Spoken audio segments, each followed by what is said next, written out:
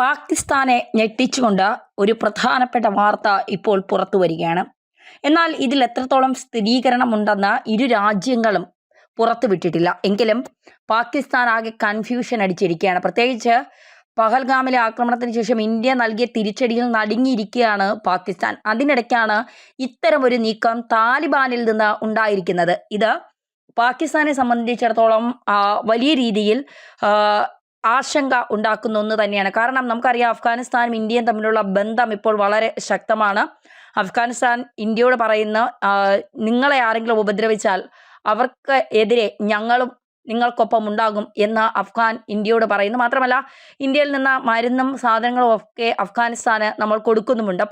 ഇപ്പോൾ വളരെ ദൃഢമായ ഒരു ബന്ധം അഫ്ഗാനിസ്ഥാനുമായി ഇന്ത്യക്കുണ്ട്. പക്ഷേ അഫ്ഗാനിസ്ഥാൻ ഒരിക്കലും വിശ്വസിക്കാൻ കഴിയില്ല. കാരണം അവിടെ താലിബാൻ ഭരണമാണ്.